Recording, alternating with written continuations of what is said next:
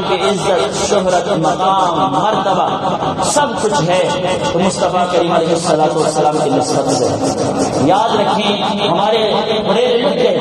ہمارے بزرگان دین اس بات کو تحریر کر رہے ہیں کہ غوث، قطب، ابدال، اقطاب، اغیاث سارے جمع ہو جائیں، سب کا عمل اکٹھا کیا جائے، سب کا ایمان اکٹھا کیا جائے، ترازو کے ایک ٹکڑے میں رکھا جائے اور ایک طرف ایک لمحہ کے لیے سرکار کے دربار میں بیٹھ کر کلمہ پڑھ کے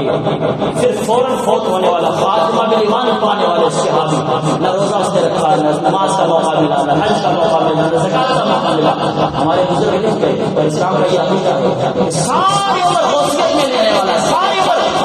قطبیت میں رہنے والا شخص اللہ کے ولی سارے جمع ہو جائیں، سب کا ایمان اور اعمال کی طرف نبی پاک کے بارگاہ میں ایک لمحہ بیٹھنے والے صحابی کا مقام